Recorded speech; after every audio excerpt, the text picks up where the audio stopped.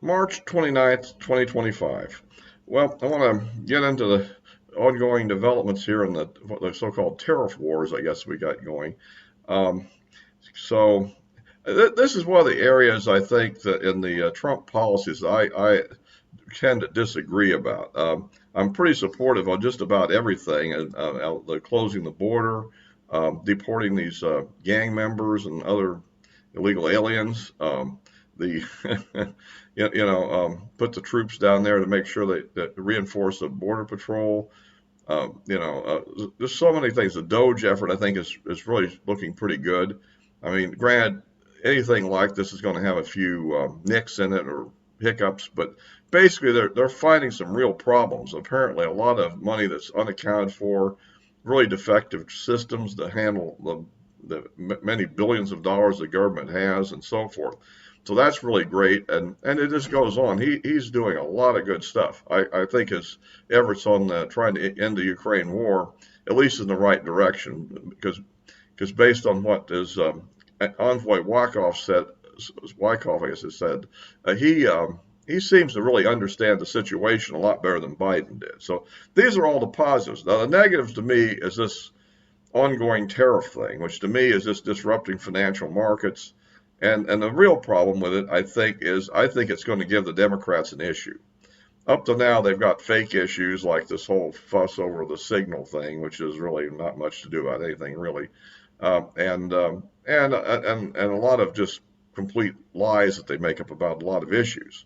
But when you look at what's going on here, for instance, let's look at the car situation. It's 25% tariff on all imported cars and car parts. Okay, now remember that a lot of American-made cars, your Chevys and your Fords, have a lot of foreign content in them. Okay, and some of the foreign-made cars actually have American content in them. So although I think it's not as much as the foreign content by far is in the American-made cars, and so this is where I think we're going to have trouble. Is that these tariffs will actually increase the price of our domestic automobiles to a significant extent, as well as increasing the cost of the imports.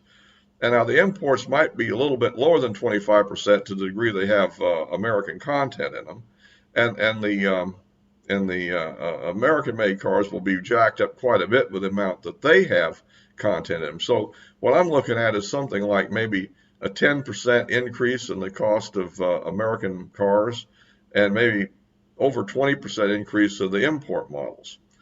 Now, of course, there are import brands that are actually made in the United States. There's Hondas and Toyotas and so forth that are made in the United States. So, in so much as they won't be hit for the assembly, but they will be hit again for any foreign part content they have. But when you look at all that, what does that say to the consumer actually? That is, the price of cars across the board is going to go up. I mean, that's the way I see it. And that'll be an inflationary thing. And those are fairly expensive items in the budget, you know. I mean, obviously you don't buy one every year, so, it'll be reduced by the percentage of how frequently people buy a car. But remember, used cars will probably go up too because, well, people will be looking at those as an alternative. And of course, that, just like they did during the COVID fiasco, as we recall, where the price of used cars went up substantially. So this is all, I think, part of the issue that I'm looking at here. And remember, Trump ran on the issue of reducing inflation. That was one of his main themes. And I think that this is something that our opponents will be able to pick up on. And unlike some of these fake scandals they have that won't go anywhere, I think this one, it's going to be hard to get rid of if he stays with this policy. But if you like this video, please give me a like, subscribe, and click the bell for notifications. And you can also, of course, follow me on Rumble if you're so inclined as an alternative. Yeah, so I think it's what he's attempting to do sounds like a good thing, to get more jobs for Americans, to get more good paying jobs for Americans. That's a good thing. I'm all for that. But I think the way it's being handled is such a rushed proposition that let's just slap on tariffs and let's just antagonize, excuse me, the entire world isn't really a good idea. I think it's kind of a little bit on the extreme arrogant side. I mean, and so that's just the way I look at this. Now, again, I'm contrasting this to all the good, positive things he's doing, which are many. I just outlined a bunch of them at the beginning. But this, I think, gives the Democrats entry. And the biggest thing we need to avoid is doing anything that would put the Democrats back in power. I mean, look at the amount of damage that the three Democrat terms we've had since 2008 have done. I mean, they have done just a lot of damage to this country. We've got at least over 10 million extra illegal immigrants in this country, and we're having trouble getting them out because these judges are fighting us on everything. We can hope that the Supreme Court will support Trump on his effort there. I mean, these cases are finally getting there, and I don't know what they're going to do. I mean, this whole the Alien Enemies Act, I think, seems applicable, especially when you're looking at things like these vicious street gangs from down in Central and South America, Venezuela and El Salvador, for example. Those street gangs are very vicious gangs, and they seem to have a kind of a organization to them, almost like a paramilitary organization. And so that is a real threat to the public safety. And I think that it looks to me like the law should be upheld to let him do this. But then again, you have revisionist judges who are more interested in attacking Trump than they are interested in getting anything accomplished. And so that is something we're going to have to face. I'm a little bit worried about some of this, that our effort is so brash that it will offend the sensitivities of those that are faint at heart.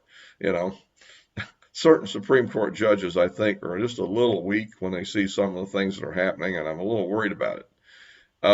We really need to cultivate their support, not try to, make them feel like they've got to do something against what we're doing. And of course, I guess I'm a little bit worried about I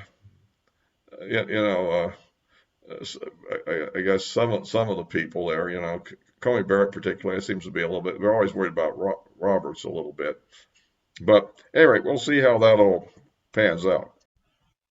On other issues, I think that getting back to the little signal snafu thing, I think that I believe that all the principles are, Hegseth and Waltz and all are safe. I don't think that the Democrats' calls for firings are just going to fall on deaf ears. They'll have some kind of investigation. It'll come out.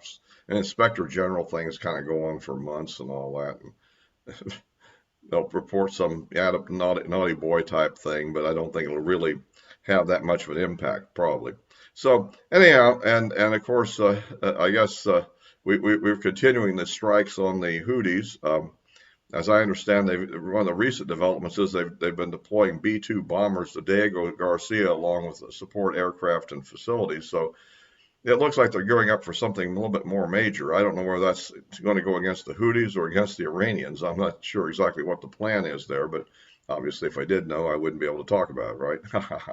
But you know what I'm saying. But at any rate, it looks like that's happening, and we're kind of waiting to see how that goes.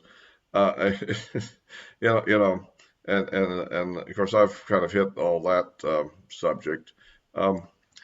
It looks like also, I don't know whether, we're going to have other issues are going to go up too. I suspect that the materials imports tariffs will probably also have an impact on housing costs too.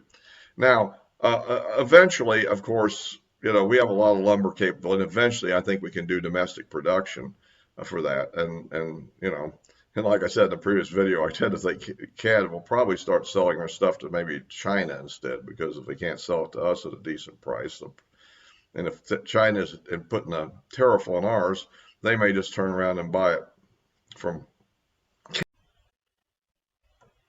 And it looks like Vice President Vance here has had an interesting trip to Greenland. Forgot to bring his heavy coat or whatever. And so I don't know. This seems to be part of this ongoing effort to acquire Greenland, which, I don't see why we need to make this such a confrontational issue. the real issue is that we have access to Greenland right now. We have military bases there, and I'm sure we could expand them if we were maintaining good relations with Denmark. I mean, so I don't know. We'll see how that all works. But Greenland, you know, my think that what Denmark probably ought to do is just name a price. Just say, okay, we'll sell you Greenland for $1 trillion, or something like that, or maybe 2 trillion. Leave themselves a little wiggle room so they can cut the price in half and negotiate. But I don't know. We'll see how that all works. But it just seems to me like we got into way too many confrontational scenarios with countries that are, well, basically friendly countries, and I don't.